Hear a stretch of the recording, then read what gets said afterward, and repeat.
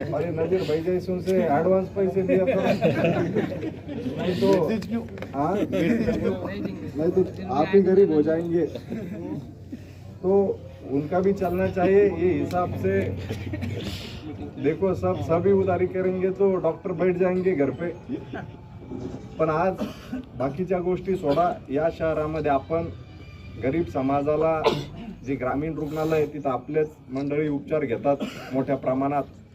तिथं डॉक्टरांची संख्या वाढली पाहिजे, तिथं इतर सोयी सुविधा वाढल्या पाहिजे। त्याच्यामुळे ग्रामीण रुग्णालयाचा दर्जा वाढ करून आपण त्याला उपजिल्हा रुग्णालय केलेलं आहे।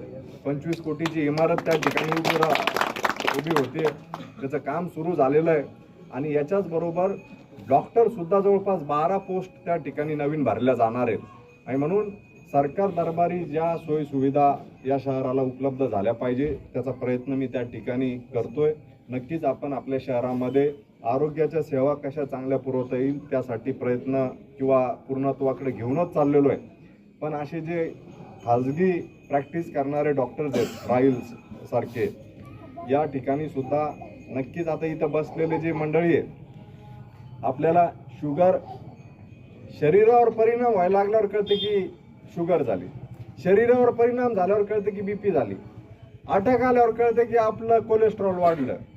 तर छोट्या मोठ्या तपासण्या निश्चितपणे या ठिकाणी आपण करून घेतल्या पाहिजेत आणि नक्कीच तब्येतीकडे काळजी केली पाहिजे। गाडीचं सर्व्हिसिंग आली की 500 किलोमीटरच्या आधी आपण तिला सर्व्हिसिंगला लावतो।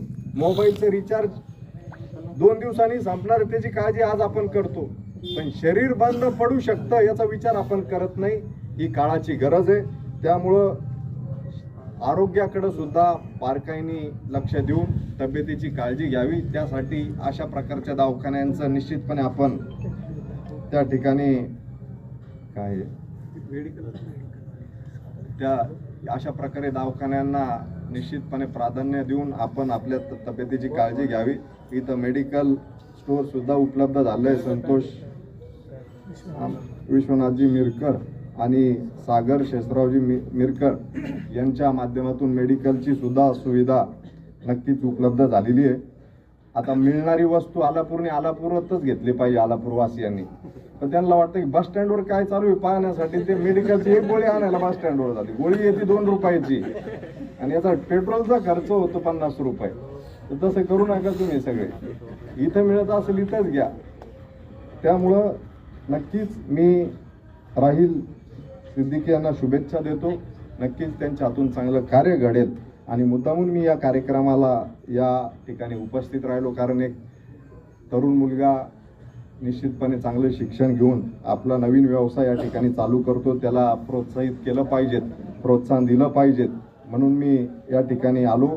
त्यांनी मला आमंत्रित केलं त्याबद्दल मी संपूर्ण कुटुंबाचं त्या ठिकाणी मनापासून आभार व्यक्त करतो आणि त्यांच्या आई वडिलांचंही त्या ठिकाणी अभिनंदन करतो, कारण की त्यांनी सुद्धा मुलाला शिक्षणासाठी प्राधान्य दिलं आणि शिकवून घडवून त्या ठिकाणी आज ते चांगल्या व्यवसायाला उपलब्ध झालेले आहेत। त्याबद्दल त्यांचंही मनापासून आभार व्यक्त करून परत एकदा शुभेच्छा देतो, थांबतो। धन्यवाद।